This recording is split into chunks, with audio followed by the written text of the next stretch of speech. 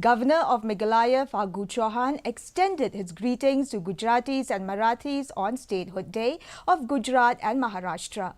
Taking forward the government's thrust on celebrating the country's cultural diversity and multifaceted traditions, the two-state Statehood Day was celebrated at Bhavan yesterday.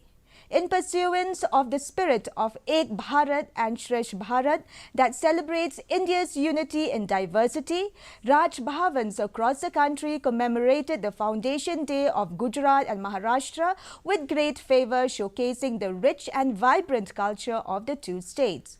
On the occasion, he also inaugurated the cultural evening Sanskritik Sandhya commemorating the Statehood Day and greeted the Gujarati and Marathi communities on their state foundation day.